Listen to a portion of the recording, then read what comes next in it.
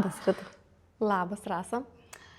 Už terapijos durų, žinai, turiu tokią idėją pakalbinti kuo daugiau terapeutų dirbančių šiam mūsų centre. Nestokoji tų idėjų, matau, prisigalvoji. Ne, nestokoju, tik spėju gaudyti. Tai pagalvojau, kad reikia kuo greičiau išspręsti vieną dilemą. Eik tu savo. Nu, Žinokit, tai, kai tu buvai savo ofise, buvo ramu. Rasa buvo viena ir, buvo sesė, bet jinai buvo ofiso darbuotoja. Dabar tu, Rita, jau esi, primink kiek laiko terapiniam pasauliu? Tiek, kiek mano severijai, tai 6 greit bus. 6 metai, kai studijuoji, kai prasidėjo tavo studijos, o kai pradėjai dirbti terapeutė. Lygiai 2 metai, su juo prieš savaitę laiko. Lygiai 2 metai. Ir Taip, čia rimti 2 metai. Painiava. Tai šiaip, žinai, kai buvo mažas, visi klausė, ar jūs ten mokytojų neapgaudinėjat? Ar bernų neapgaudinėjat? Tai ne, nes tai neįdomu, ne? Nu, kaip čia pasakyti, tai visko tengi buvo. Bet ne apie tai, ne? Nu. Bet ir apie tai, žinai, man niekada nebuvo įdomu apgaudinėti, nes būtų ta dvynė yra reikalų. Ir dabar, kai mes abi dirbam integratyvios terapijos centre, abi esam kolegės, biodinaminės kūno psichoterapijos praktikės, atsiranda tokių nemažų iššūkių ne man, bet klientam, tiek mano, tiek tavo. Taip. Ir vieną kartą aš labai rimtai susimaščiau, kai viena mano klientė sako, Rasa, ar čia tikrai jūs? Ir žinok, Čia rimta? Čia, žinok, aš supratau, kad yra rimta. Kai sako, kodėl jūs 2 nuotraukas įsidėjot? Arba aš vis galvoju, kas čia painiava, Rita, Rasa, Guginės, Krabutienas, pasiaiškinom. Bet kai žmogus klausia, ar čia tikrai jūs, tai tikrai rimta. Tai biški kažkaip norisi irgi, žinai, atsitempėm biodinamiškai čia sofą į šitą nuostabų centrą, kur vyko šitie mokymai. Pradžiai žmonėm truputį pasakyti, kad taip mes labai panašios, bet mes ir skirtingos. Ir mes ne tokios pat, mes tik panašios. Ir esame abi terapeutės. Papasakokim tiem žmonėm truputį, kuom skiriamės mes savo kabinetuose. Papasakok, Rita, kaip esi tu, kaip biodinaminės kūno psichoterapijos praktikė. Tokį didelį tą klausimą uždavė čia nuo tos dilemos, išspręskim tą dilemą, kad esam dvynios. Tai žinai, aš manau, kad jau čia kitaip nebus. Nebus kitaip, jau čia taip yra. Ne mano, ne tavo sugalvota, ne kitų sugalvota. Kažkas rimtesnis už mus visą tai sugalvojo. Ir čia jau dabar tai bus ir man atrodo, kad kažkaip gerai, kad mes čia pasirodom, o dabar abi kartu. Kam įdomu, kas žiūrės, tai pamatys, žinai, kažkaip tai visi, man atrodo, aš tai pasitikiu. Pasitikiu ir žmonėmis, kurie kažkaip vis tiek turi savo antenas ir jie kažkaip patys pajaučia. Vieniem reikia daugiau laiko, kiti labai, labai greit nuskaito, kad jūs visgi skirtingos esat, turit ir skirtingas patirtis, ir skirtingas charakterio savybės, ir tam tikrą tokią energiją, kurią mes kažkaip atskleidžiam. Tai aš neprisiimu to darbo atlikti už kitus. Ateina pas tave, ateina pas mane ir jie pamato, kuo mes skiriamės, kuo mes panašios. O dabar gal, kaip tu ten manęs klausai, kaip esu aš... kaip tu savo kabinete esi, kaip... Ir, žinai, kartu podcastų idėja dabar, žinai, tokia biški daugiau mažiau pajokavimo, įėjimo intro buvo čia apie tą mūsų dvynių reikalą ir kad kai kur, tikrai žmonės kartais susimaišo, susipainioja. Taip, man atsiuntė žinutė. Biški rimta būna, žinai, ar tikrai aš, bet iš tikrųjų, ką mes norim padaryti, mes norim šiandien pakalbėti apie biodinamiką, apie biodinaminę kūno psichoterapiją, kuri, apskritai, kūno psichoterapija yra tik ateinanti. Tas kūnas ateina į psichoterapiją, ar ne?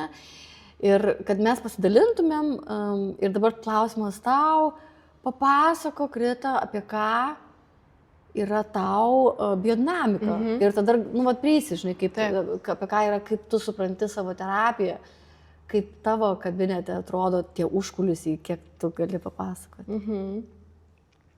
Tai aš ten tam kabinete esu taip, kaip aš esu, tai, žinai, su niekuom nelyginant.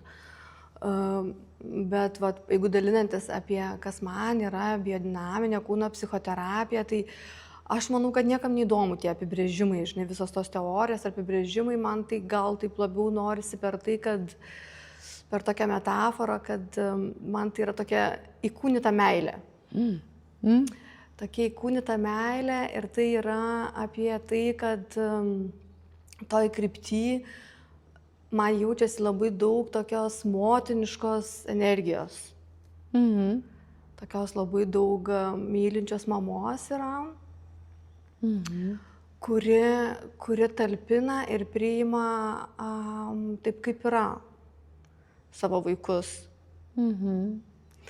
Idealiam, kaip turėjo būti, ne? Taip. Ir man labai kažkaip yra taip jaudinančiai svarbus tas aspektas, kad biodinaminė kūno psichoterapija yra požiūris į atėjusių žmogų,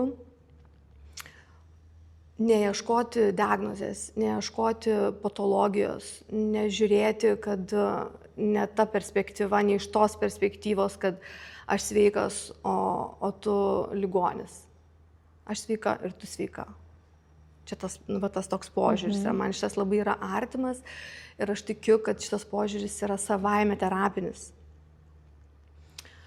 Ir iš tiesų, kad žmogus, įstrigęs labai man sakinys yra, kurį aš visada giliai savyje nešiojusi, kad žmogus nėra problema, net jeigu jisai turi problemų, jis ateina į terapinį kabinetą, jis ieško savo erdvės, ieško savo kažkokios tai pagalbos, jis nėra problema. Nu, žinai, galiu, aš taip biškį paprovokuoti. Challenge, žinai. Tai aš tai labai suprantu, ką tu sakai ir taip labai linkčiu ir tikrai apie tą laikymą, apie tą lydėjimą, mamos globą, ar ne, biodinamika yra tas labai ankstyvas buvimas, ar ne, ypač kur mama labai svarbi yra. Bet tai dabar tam žmogui, kuris realiai ieško, jam yra nerimas, supranti, jis kvėpuoja savo į sprandą, jam ten visur skauda. Ir jam mintis tiesiog skalauja galvą, jis ten jau nebepsikenčia savį ir viskas įsitempęs ir miegoti nebegalima ir naktį dantim gręžia ir gal tenai ir peristaltika nekokia. Tai kaip jam įsivaizduoti, kaip atrodo ta sesija, atėjus pas tą biodinamistą į kabinetą, kad, žinai, aš galvoju, kad tikrai daugiau mažiau jau apie geštaltą ten žmonės, žinai, jau pasidomėję, žinai, seniau Lietuvoje tai yra, ar ten kokia analitinė, o dabar to kūno psichoterapija, biodinaminė kūno psichoterapija. Taip, ką mes ten darysim? Nu, ką mes ten darysim? Kaip ta pirma sesija atrodo, paaiškinkit. Ką mes ten darysim? Jo.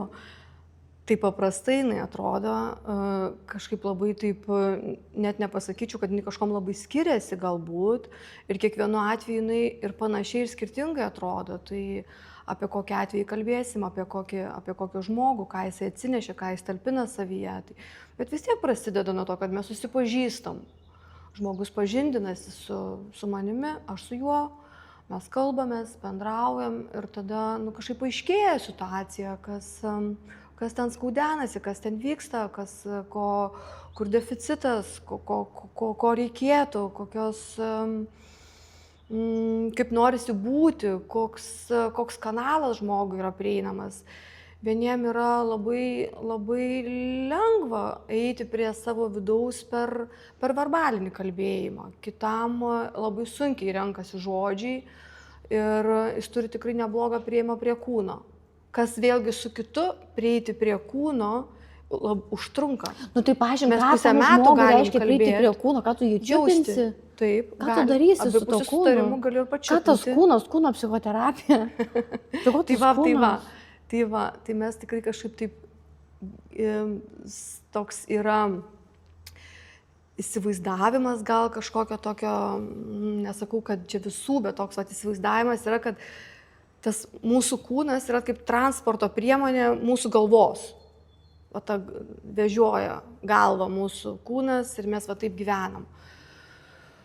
Ir terapijoje dažnai paaiškėja, kad tas kūnas nėra transporto priemonė, kad kūnas yra tokia graži, turtinga, ne visada graži, visko ten yra, toks gilus dienoraštis, visko ten yra daug, bet yra reikalų prieiti prie to kūno, suprasti, pradėti jausti savimi, kad šita biologija, kaulai, mėsa ir viskas, kas čia yra, ir daug skysčių, kad tai nėra atskira nuo manęs, kad tai esu aš. Tai kaip tie žmonės pradeda ten jausti, kad čia esu aš? Taip ir pradeda jausti. Nes aš tai, žinai, kai mažėja. Ten aš galvoju, kurie mūsų klauso, tai suprantama, kad kalbėti. Bet aš turiu savo verbalinę terapiją, sako, kas savaitę kalbuosi, jau 10 metų kalbuosi ir vis tiek man panika. Ir vis tiek man yra sunku, man stringa įkvėpimas. Tai kaip ten, toj kūno psichoterapijai tas yra jausti, kad aš esu tas kūnas. Žinai, aš nenuvertinu pokalbio. Niekaip nenuvertinu pokalbio, kad pokalbis yra tarsi, ten tik tais tarsi dominuoja kažkoks intelektas, žinios, tos kognityvinės smegenys ir niekas čia nesisprendžia, kai kalbam. Ne. Taip yra neteisinga. Galima kalbėti ir labai jaučiant, ką kalbi ir iš tikrųjų per žodžius, per tą verbalinį kalbėjimą lygiai taip pat leistis į savo vidų, prie savo širdies. Ir galima lygiai taip pat, tarkim, žmogus įsivaizduoja, kad jis ten puikiai yra savo kūne ir daug sportuojantis ir žino, ko ten jam reikia, bet jautriau, giliau į savo vidų jis vis tiek nenusileidžia. Tai žodžiu, ir taip, ir taip. Ir būnant kūne, svarbu reflektuoti, kas vyksta tam kūne ir atpažinti ir įsileisti į tą sąmonės kambarį. Ir lygiai taip pat kalbant, irgi svarbu suprasti tą vieną ar kitą emociją, kurią mes dabar kažkaip tyrinėjam ir būnam su ja, kaip ji reiškiasi per mano kūną, kokį fiziologinį pojūtį jinai turi.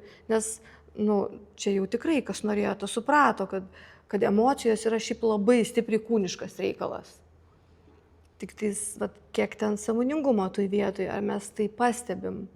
Ir čia tikrai nėra, kad gerai ar blogai, čia toks yra etapas, kada priartėjom prie to. Kada pradedam čiuopti tas emocijas mūsų fiziniam kūne, kurios visada yra ir apie tą patį. Rita, o kaip dabar aš įsivaizduoju, kad irgi žmogui, kuris nebuvo dar kūno psichoterapijai. Ir aš taip tikrai matau kartais ir ant savų klientų, žinai. Bet įsivaizduoju tą, kuris tikrai nebuvo, bet gal pradeda kažkuriuo akies ten krašteliu jau smalsauti. Taigi liestis prie kūno metų metais buvo ne psichoterapijai, tabų. Nesiliečia terapeutas prie kūno. Ir yra. Ir tam tikrose terapijose ir yra tabų. Ar ne? Biodinaminiai kūno psichoterapijai, jau iš nuotraukų galima matyti, aš ten nemažai dalinuosi, daug kūno kontakto būna. Ne visada, bet būna kartais daug kūno kontakto. Tai tu papasakok. Gerai. Kaip tavo sesijose, tavo terapijai, ne apie grupinę terapiją, kur ar ne, ar studijose, ar ten seminarus vedam, bet 1-ant-1 sesijai pas terapeutę, kaip atrodo kūno kontaktas. Rasa, tu matau nepasiduodi. Ne. Fainai. Taip. Aš taip jaučiau už tą už ekraną, žinai, kaip jam tam žmogui rūpinės. Tai yra labai jautri vieta, žinai, tas kūnas. Taip, aš kažkaip noriu irgi akcentuoti tą vietą, kad mes galim eiti giliai į kūną ir kviesti žmogų eiti į jo kūną visiškai jo neliečiant. Ir gražiausiai. Taip, tikrai kitam gali būti per jautru, nes tai yra labai jautru, tai yra labai intimu ir tai yra labai jautru. Ir tai nereiškia, kad žmogus neprasiterapinės, neprasidirbęs. Jo nervų sistema yra labai jautri ir jam nereikia prisilietimo ir mes galime liestis nesiliesdami. Ir jeigu mes liečiamės, tai mes liečiamės visada abipusių susitarimu. Niekada neprisiliečiu prie žmogaus, nepaklaususi, koks jo santykis yra su prisilietimu, su apsikabinimu, kaip jam jaučiasi, kai jisai patiria kontaktą, tai mes pabūnam su ta tema, tik po to liečiamės. Ir taip, tai tikrai būna, kad dalį laiko mes kalbam, o po to einam nebūtinai į prisilietimą. Tai gali atrodyti tas prisilietimas taip labai elementariai, kad aš pakviečiu ant kušetės ir darau labiau biorelizo sesiją, techniką, kai dedu stetoskopą į plonojo žarnyno sritį peristaltiką. Ten toks yra įdomus dalykas, kur žmogui irgi svarbu, įdomu save stebėti, ar ten kyla garsai, ar ten uždaryta sistema yra, tai toks labai, sakyčiau, geras atspindys tos mūsų nervų sistemos, girdint plonąjį žarnyną, kas ten darosi. Tai būna, kad skirtingai žmogų galiu liesti. Tai aš apsimesiu, kad visiškai nieko nežinau. Uždėti tą stetoskopą ten ant pilvo ir lieti. Tai koks tas terapinis lietimas, ką tam žmogui įsivaizduoti, masažuoji, panašiai. Ką tu ten darai? Nes tarkim, jeigu aš turiu tokį nerimastingumą didelį, ir aš tikrai man tai yra maks super jautru ten kažkam duoti save liesti, tai aš jau norėčiau žinot, kaip ten mane lyties tas terapeutas. Taigi sakiau, mes būtinai prieš tai viską apkalbam. Ir čia toks yra labai svarbus. Tai tu aptari su to žmogum, kaip tu jį liesi. Taip, yra iš tikrųjų terapeuto darbas yra gebėti ir nuskaityti žmogų, ne tik ką jisai taip žodžiu transliuoja apie jį, bet ką ir pati jo nervų sistema, jo kūno kalba, ką kalba. Ir tai iš tikrųjų matosi, kiek žmogus prisileidžia tave. Tai tas prisilietimas gali būti, kad aš vos žmogaus pėdas paliečiu. Arba ten kažkur vienoje ar kitoje vietoje uždedu savo ranką. O kartais ir yra, kad visą kūną lieti, įvairios technikos ir... Ten žmogus apklotas, su rūbais, tai kaip simetu, kad nieko nežinau. Taip. Tai dažniausiai yra jisai apklotas su rūbais ar be rūbų, žmogus sprendžia pats, vienam yra komfortas ir jisai gali nusimti viršutinius savo rūbus, vis tiek aš jį apkloju medžiagėlė ir liečiu per medžiagą, kitu atveju dažniausiai lieka žmonės ir su rūbais, tas niekaip netrukdo, kažkaip terapiniam aspektui tai niekaip neįtakoja. Ir tai čia tokia ant kušetės ar ne sesija, labiau tas biorelizo sesija, bet lygiai taip pat einamės į savo kūną, kada klientas, pavyzdžiui, užima vietą ant čiužinuko. Jo, čia toks gal labiau jau, kada yra tas visgi kanalas žmogaus, kuris turi kontaktą su savo kūnu ir jis jau atpažįsta kylančius impulsus ir lyg leidžia tam kūnui vykti. Leidžia tiem impulsam kilti ir daryti dalykus, ką tas kūnas nori daryti. Tai kiekvienu atveju tai yra labai subjektyvu, labai asmeniška, labai skirtinga ir jautru. Tai Rita, girdžiu tokius 3, išgirdau tokius, kad kai žmogus ateina į sesiją, kalbatės, tada yra galimybė ant kušetės, stetoskopas ir tas yra terapinis lytėjimas, supažindinus, ar ne, pasakai, kur lieti, kartais tai gali būti tik tais pėdos, pečiai, ranka, galva, ar ne, skirtingi yra tie lietimo būdai, ar ne, kam kontūravimo reikia, kam ten talpinimo, kam išėmimo, ar ne, Taip. skirtingų idėjų, ko sistemai reikia. Tai tada kitas yra, ką dabar gražiai papasakai, tai yra čiužinys, ir kur žmogus gali laisviau judėti iš savo vidinio impulso, ar ne? Tai tokia. Taip, tai mes čia vadinam tą vegetoterapiją, bet aš suprantu, kad žmogui už ekrano tie pavadinimai nėra tokie svarbus. Taip, tas vegetoterapija, ypač, tai mūsų biodinaminiai kūno psichoterapijai, tie žodžiai keisti, kaip ir ten ta pirminė asmenybė, vegetoterapija, tai iš tikrųjų senoji ta kalba yra, žinai. Tai yra proceso darbas, vadinamas tas vegetoterapija. Žinai, Rasa, bet kartais tai viskas vyksta vienu metu. Nėra sesija taip kažkaip suplanuota, kad tai dabar arba čia, arba čia, arba čia. Tai mes galim būtent tos pačios kušetės turėti lygiai tą patį terapinį prisilietimą ir vis tiek ten vyksta irgi tie impulsai kyla, gal jie ten daug subtiliau yra, aišku, ten labai jau gal daug tokio judesio ir nepadarysi ant tos kušetės ir lygiai tas pats vyksta pokalbis, kur kalbinu tam tikras dalis, arba kur žmogus kalba visiškai kasdieninius, paprastus dalykus ir aš stebiu peristaltikos garsus, kiek ten vyksta to gyvenimo mūsų viduje, kūne. Tai kartais, taip sunku labai išseparuoti ir išskirstyti, nėra būtina. Bet taip daugmaž galbūt, kad būtų tokio aiškumo. Man aiškiau. Tikiuosi, juokauju. Žinai, aišku, biodinaminiai labai fainas dalykas yra, kad kiek specialistų, tiek terapijų. Biodinamika yra labai atvira, labai pagarbi terapeutui, jo procesui, ateinančio procesui. Ir kaip vakar su Dalia po seminaro kalbėjom ir tikrai abi paliesus ir susijaudinusios buvom, kad pasidalinom, ar ne, kaip kitų mokyklų atėję, žinai, atstovai, kaip jie dirba ir kad tiek daug pagarbos yra tam procesui, to atvirumo, kad čia visą likusį gyvenimą tai dabar jau integruoti ir belieka, žinai, tai ką išmokom, ką pasiėmėm, tą pirminę asmenybę. Ir todėl, kad, ką noriu pasakyti, kad, žinai, už tavo terapijos durų atrodo vienaip, už mano kitaip. Taip. Ir tai, kiek mūsų yra, tiek mes visi labai faina, kad mes galim savo autentiškų buvimu lydėti kitą į jo autentišką būvį. Tai labai faina, kad pasidalinai. Taip, kad dar trumpai dar norėtųsi kažkaip irgi pasakyti tokį svarbų akcentą, kad mes šitaip lygtai daug kalbėjom apie tos įrankius terapinius, bet man atrodo pats svarbiausias įrankis terapiniai sesijai tai yra tas ryšio kūrimas, tas santykio mezgimas. Taip. Ir kas ten bebūtų, ar su žodžiais, ar su kūnu, ar su stetoskopu, ar be jo.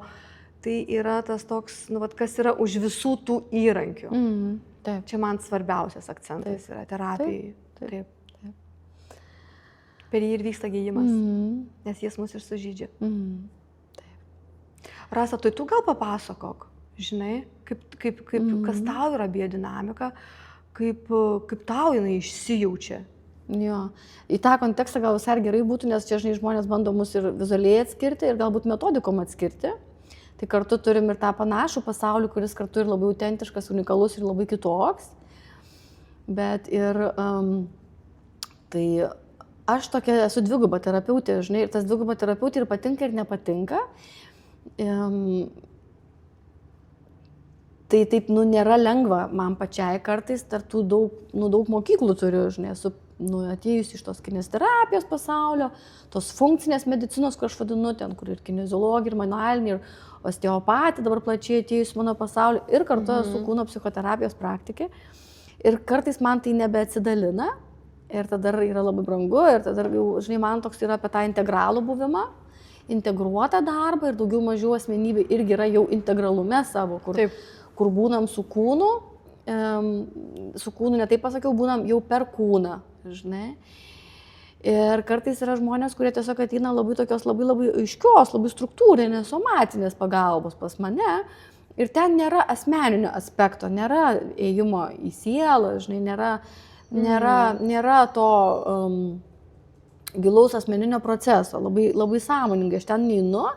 Ir tas toks yra iššūkis atskirti, kaip čia pas mane atėjo. Ir, žinai, mano pagrindinė yra užduotis įsiklausyti į žmogų, ką jisai atsinešė, kokie jo poreikiai, kokie jo nusiskundimai, žinai. Ir tada nuspręsti, žinai, kaip mes čia keliaujam. Ir nes tikrai gal ten 10-15 metų buvau tam kūno pasaulyje. Ir jau dabar apie 5 metų jau lydžiu, žinai, asmeniškai žmonės. Tai kartais man reikia irgi nuspręsti, kurią liniją einam, ir gera, kai nereikia nuspręsti, kai tiesiog gali būti, kai žmogus yra atviras, žinai, jisai ateina su atvirumu. Ir biodinaminiai yra apie tai, daug atvirumo, daug akimirkos, kaip yra čia ir dabar. Ir kartais aš labai klausiu savęs, tai gal man jau ten uždaryta seną pasaulį, žinai, kur tik su somatika ateina, kur aš tik su kūnu dirbu, nes man nebeatsiskiria iš tikrųjų tie dalykai, bet ne. Suprantu, kad aš nenoriu jo uždaryti, nes tikrai žmonėms reikia visokios pagalbos. Taip. Ir tikrai visokios pagalbos ir kartais nėra nei resursų, nei poreikio, kažkaip žiūrėti tą vidų, žinai, tai nėra dar poreikis atėjęs į tą išorę. Ir tada man tikrai yra labai brangu padėti tiems kūnams, žinai, tada tas kūnas yra kaip objektas, kaip struktūra. Ir padėti, aš tiesiog tada dirbu su tom funkciniam įtampom, žinai, su įvairiausiam, ir tikrųjų nėra apribojimo, nedirbu tik tai su tom ūminiam lygom, kurių yra karščiavimai, žinai, ir kurių yra, žinai, medikamentinė, ten intervencinė, žinai, pagalba.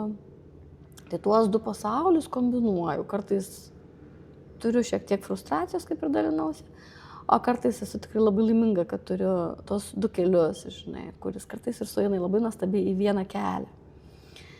Tai va, tai gal to mes ir, žinai, ir su tavim esam kitokios, kad tu turi labai aiškę savo liniją, esi, nenoriu sakyti tik, nes tai yra labai daug, žinai, biodinaminės krypties. Tikrai pakanka tik, nes tas biodinamika yra tokia didelė, tokia gili ir tokia plati. Ir aš tikrai buvau užsimojusi, kad man dar ten reikia eiti studijuoti ir kuo toliau labiau aš įvidinu, įgilinu, įpraktinu tas žinias per studijas, kurias patyriau, tuo man labiau aiškėja, kiek tai yra gilu ir platu ir kad iš tikrųjų nereikia dar man kažkokių dar metodų, gal kažkada reikės. Šiuo metu aš jaučiuosi pakankama su biodinamika. Taip, mesgi turim ir supervizijas, ir intervizijas, ar ne? Ir tęsiam savo tolimesnius mokymus, jau kai baigė terapeutai. Taip, labai daug žinių įgauna, asistuodama. Toj biodinaminį kryptyje, ar ne, užtenka ten. Pabaigti mintį norėjau, tikrai daug žinių įgaunu, tokių be pasikartojančių, kur dar labiau giliau visą tai suvokiu asistuodama integratyvios biodinaminės kūno psichoterapijos studijose. Taip, ačiū, kad paminėjai. Iš tikrųjų mes tęsiam šitas studijas, jos yra šiek tiek moduliuotos, dadėjom žodį integratyvumą, ar ne, nes išplėtėm šiek tiek koncepciją, pagerinom, nes tiesiog pasimokėm iš mūsų pirmos kartos. Tai jo, faina, kad tu ten esi. Džiaugiuosi galėdama ten būti, labai naudinga. Taip. Gerai, Ritas, smagus buvo, lengvas pokalbis. Čia jau prišnekėm daug? Ir... Kiek laiko? Prišnekėm, daugiau nebereikia. Tai ačiū.